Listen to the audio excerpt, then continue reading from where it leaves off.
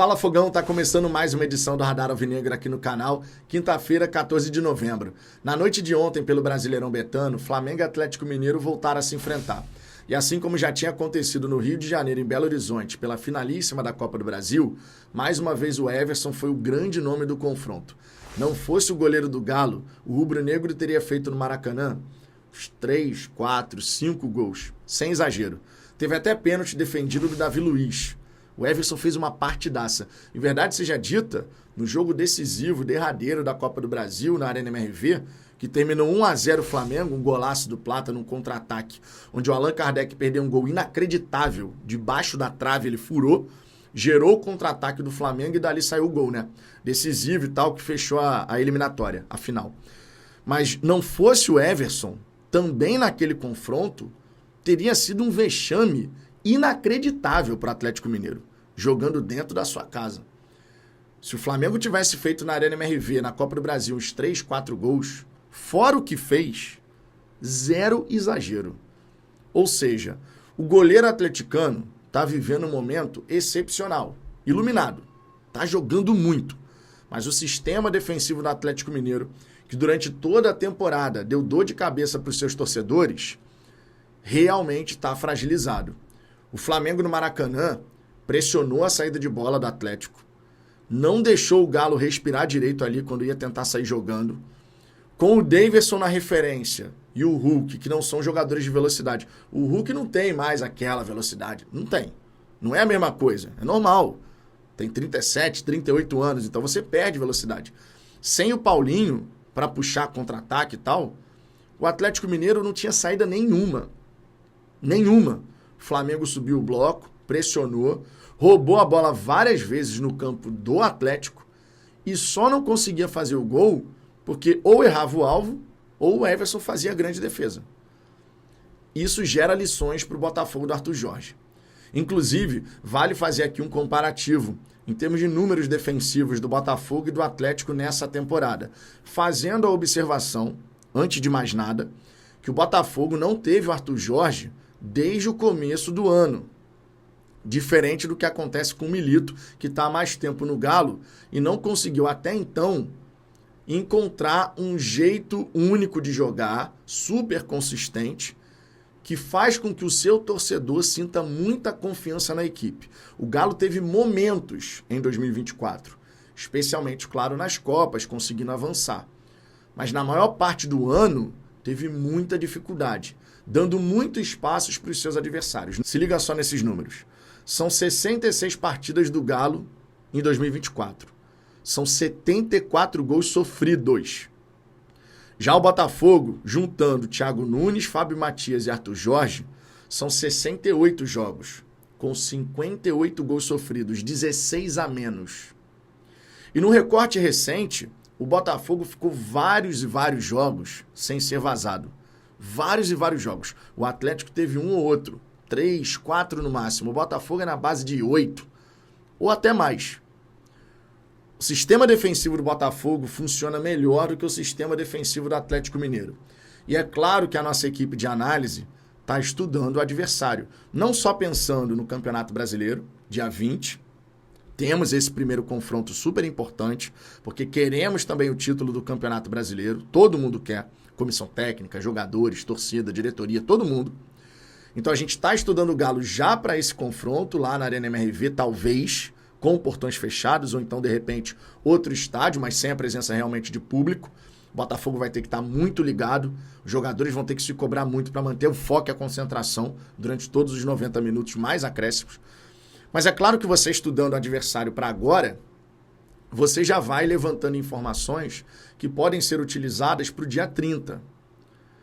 E olha, sinceramente, se o Botafogo, na grande decisão da Copa Libertadores, souber pressionar o Atlético Mineiro no seu campo de defesa, não dando a condição deles saírem com tranquilidade, né? Trocar passes e quebrar a linha de marcação, quebrar o nosso bloco de marcação. Se a gente conseguir encaixar muito bem essa pressão, oportunidades vão surgir. Porque ao longo de toda a temporada, o Atlético do Milito concedeu muitos espaços para os seus adversários. Não é à toa que sofreu 74 gols em 66 jogos. E está incluído nessa estatística o campeonato estadual, tanto para Atlético Mineiro quanto para Botafogo. No Campeonato Brasileiro, o Galo sofreu 46 gols, o Botafogo 26. Aí você pode falar, pô, Vitor, mas beleza, todos esses números, essas estatísticas, o desempenho ao longo da temporada, é um jogo único, né? Copa Libertadores, final, 90 minutos, irmão. 90 minutos pode acontecer de tudo, fato. Quem errar menos, quem aproveitar melhor as suas oportunidades, vai levantar a taça. Fato. Mas a gente não pode simplesmente tratar a final como se fosse um jogo completamente à parte do que foi a temporada, do que é a temporada, do que as equipes conseguem produzir. Os atleticanos estão preocupados com a questão física, estão preocupados com a performance do Hulk, do Paulinho, estão preocupados com o Milito não conseguir dar uma cara à equipe do Atlético, definitiva. E a menos que o Milito mude tudo o que ele vem fazendo ao longo da temporada, vou montar um Atlético super defensivo para sair por uma bola. Eu não creio que isso vai acontecer, porque o Milito não fez isso ao longo da temporada. O Milito fez isso numa circunstância muito específica. Tinha 3-0 de vantagem e contra o River Plate não quis jogar. O River finalizou mais de 30 vezes, mas não estava conseguindo gerar real perigo contra o Atlético. O Galo naquela noite, não é que ele tenha se comportado super bem. Ele não sofreu gols. Mas mais de 30 finalizações é muita coisa. É muita coisa. Um sistema defensivo que está bem equilibrado, bem montado, não permite que o seu adversário finalize mais de 30 vezes. Pelo menos eu penso dessa maneira. Então espaços surgem, espaços aparecem na defesa do Galo. E eu acredito que o Botafogo vai conseguir explorar muito bem isso. A questão é, nós teremos que ser cirúrgicos. Tipo que a gente foi, por exemplo, contra o Peñarol no Newton Santos. Primeiro tempo foi complicado, Peñarol tentando ali chegar, a melhor oportunidade da primeira etapa, inclusive, foi do Peñarol. Mas quando volta para o segundo tempo, no primeiro espaço que a gente encontra, 1-0. Aí o Peñarol tenta ainda sair 2-3, muito rápido. Isso tem que ser o objetivo do Botafogo para a grande decisão da Copa Libertadores, mas também para o dia 20. Porque vai ser um ensaio, mesmo que a gente esteja com time misto e tal, vai ser um ensaio. É uma estratégia de um treinador contra o outro. Como que as peças vão se encaixar? O jogo vai encaixar? O jogo do Botafogo vai encaixar com o que é a estratégia do Milito para o Atlético Mineiro? A gente vai poder ter um primeiro vislumbre disso. Mas eu fiquei muito animado, confesso, embora entenda que são situações distintas, né? Mas eu fiquei realmente animado vendo tanto de espaço que existe no sistema defensivo do Atlético. Porque o time do Botafogo, com espaço, ele chega em condições de marcar. Eu lembro, por exemplo, o primeiro jogo do Botafogo contra o São Paulo na Copa Libertadores, aquele primeiro tempo. O São Paulo recuado, mas o Botafogo conseguiu criar situações, só que desperdiçou. A gente não pode desperdiçar na grande decisão. Esse é o grande X da questão. Eu já falei aqui. Os dois times jogando no limite, o máximo do máximo, o Botafogo é melhor do que o Atlético. Só que o futebol, ele não é vôlei, ele não é basquete, onde a melhor equipe, em 99% dos casos, sai vitoriosa. A gente tem que realmente ser letal. O Botafogo vai construir, eu não tenho nem dúvida em relação a isso. Acho que nenhum botafoguense tem, né? O Botafogo vai construir situações. A gente vai conseguir gerar 3, 4, 5 chances ao longo do jogo. Eu realmente acredito nisso porque o time do Botafogo vem fazendo isso de forma recorrente, de forma frequente. Mas a gente vai ter que ter a capacidade de guardar, de botar a bola lá dentro da casinha, faz 1-0, obriga o Atlético a sair mais ainda e aí aproveita mais ainda os espaços que vão surgir. Eu entendo que é o tipo de situação onde o Botafogo saindo na frente, meu irmão, se o Botafogo faz 1-0, eu tenho para mim que a gente não perde de maneira alguma essa decisão da Copa Libertadores. Porque o Atlético, ele vai ter que se lançar e o Botafogo tendo espaço para fazer a transição, meu irmão, é insano. É insano. Agora, também tem aquilo. Se eventualmente bate na madeira, na final, num escanteio, numa bola parada, o Atlético faz 1-0, abre o placar, aí, meus amigos, vai ser duro, vai ser difícil, complicado, porque o Atlético vai baixar o bloco e vai tentar explorar uma transição.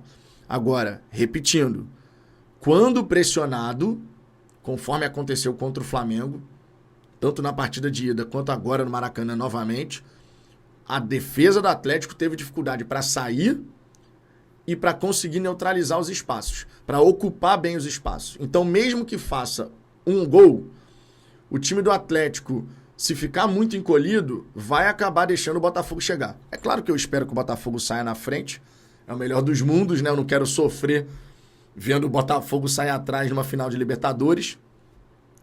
Mas eu tô confiante, cara. Tô confiante que a gente realmente vai conseguir encaixar bem nesse jogo do Atlético. Nosso time é mais consistente, tem uma temporada melhor. Ofensivamente falando, é um time mais goleador. São 113 gols do Botafogo nessa temporada contra 97 do Atlético Mineiro. Coincidência também, 16 gols, né?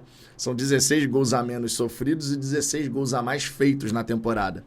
Então o Botafogo, cara, ele tem tudo para encaixar o seu jogo com o Atlético do Milito. Porque, honestamente, só se o Milito modificar muita coisa até a grande decisão. O que não me parece vai ocorrer. E considerando que o Atlético, antes de enfrentar o Botafogo, ele tem 5 jogos, tá? E eu tô falando antes da final, claro. Ele tem 5 jogos no Brasileirão, um deles contra a gente. O Botafogo, enquanto isso, vai ter 3. 3. Enfim, vamos ver. Tem muita coisa ainda para rolar até lá. Mas esses confrontos do Galo contra o Flamengo, na minha opinião, expuseram aí a fragilidade do sistema defensivo do Atlético de uma maneira muito destacada. Os atleticanos estão preocupados e não é por menos. A escala 10 por 1. 10 descansam, 1 trabalha, que é o Everson. Tem sido assim e, honestamente, não sei se o atleticano está confiante que o Milito vai conseguir mudar, virar essa chave assim, nesse curto período que falta para o grande dia, né?